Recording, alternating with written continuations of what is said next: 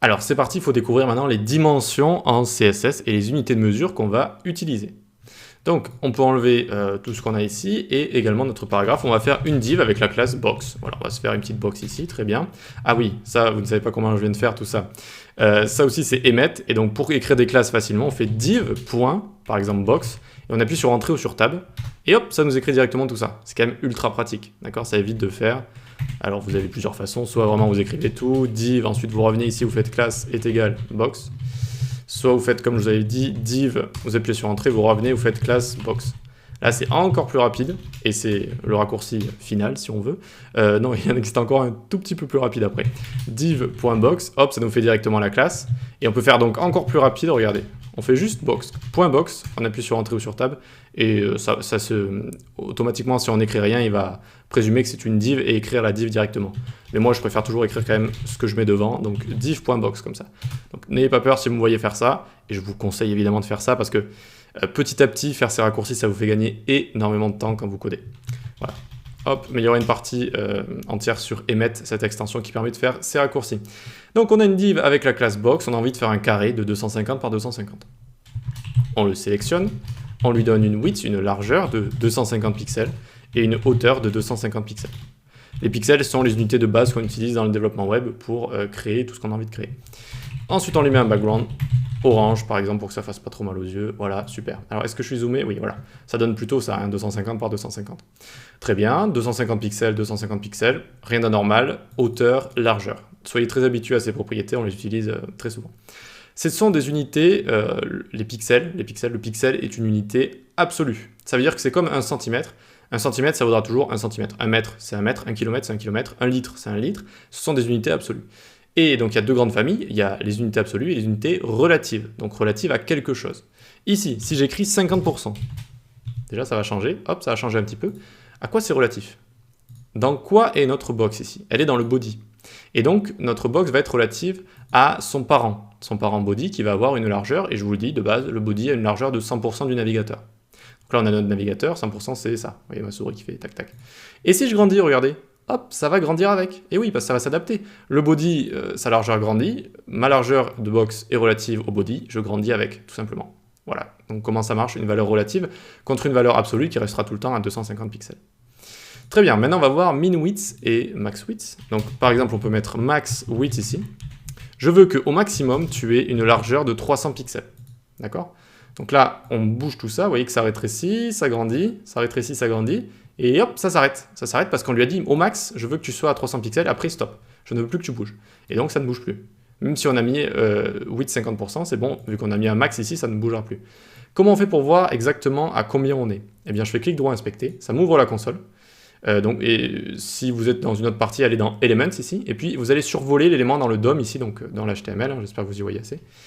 Div class box, on va voir deux choses ici. Alors, la première, une sorte de surbrillance qui va de gauche à droite. Ça, c'est parce que c'est la place que prend l'objet. D'accord? Même si on lui donne une taille comme ça reste un élément bloc. Bloc, je vous ai dit, ça va de gauche à droite, et ça pousse tous les autres éléments en dessous. D'accord? C'est pour ça qu'on a cette sorte de orange sur le côté, en fait, ça compte comme une marge, si on veut. Ensuite, on voit l'élément en lui-même ici. Et on voit ses dimensions. Vous voyez qu'il y a une petite toolbox en dessous, là, une petite tooltip, un petit tooltip, qui fait width fois hauteur. Donc 300 de largeur fois 250 de hauteur. D'accord? Donc c'est comme ça qu'on voit tout ça. Et notamment, si on descend ici, on voit que ça se réduit. Et donc ici, on est à 242, vous voyez, fois 250. Et si j'arrive encore à réduire, ouais, mais là, on peut pas trop réduire. Alors je vais juste essayer de monter un petit peu. Ça a changé. Maintenant, on est à 269 fois 250. Voilà. Voilà pour max width. On a également l'inverse, c'est-à-dire min width. Donc min width, ça va être une largeur minimum. D'accord? Donc là, ça grandit, ça grandit, ça grandit. Et à partir d'un moment, ça va s'arrêter. Donc min width, on va mettre par exemple 600 pour que ce soit plus explicite. 600. Donc regardez, là, ça grandit. C'est normal, vu que j'ai dit 50% du body, donc ça va au-dessus de 600 si vous voulez. Et dès que je passe à 600, ça va se bloquer, vous voyez? Et que donc ici, ça va plus être égal à 50% de la largeur, comme vous pouvez le constater. Ça reste à 600 pixels, tout simplement. Allez, donc on a vu tout ça, on va pouvoir passer à la hauteur maintenant. La hauteur qui est juste ici. La width, ce qu'on va faire, regardez. Donc on peut mettre en commentaire également sur CSS. Les commentaires, on va les écrire comme ça. Par exemple, si je fais CTRL-C, vous savez, la petite manip pour passer en commentaire. Et donc ils s'écrivent comme ça ici. Slash étoile. Et ici donc pareil étoile slash pour les fermer.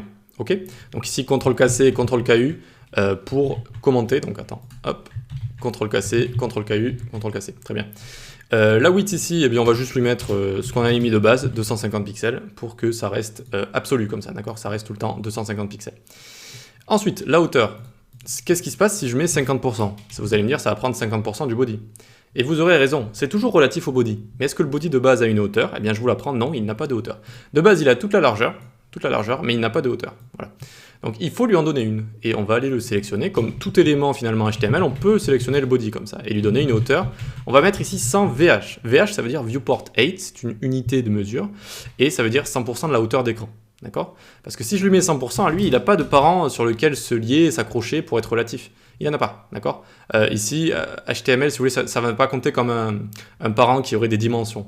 D'accord? C'est parent dans le sens où il est au-dessus de lui, donc ça va représenter le document en général, mais il n'a pas de dimension. Donc si je mets 100%, bah, il va me dire 100% de quoi? 100% de rien, donc je reste à 8, 0.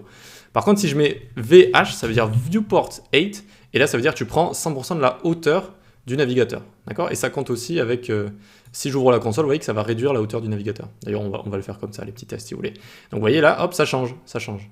On aurait pu fermer la console également et faire ça, regardez, hop, pareil, vous voyez? Ça ne va jamais toucher le sol vu que ça fait 50% en fait, hein, tout simplement. Donc, c'est exactement la même chose que width. Donc, on peut mettre min width et on peut mettre min 8 également.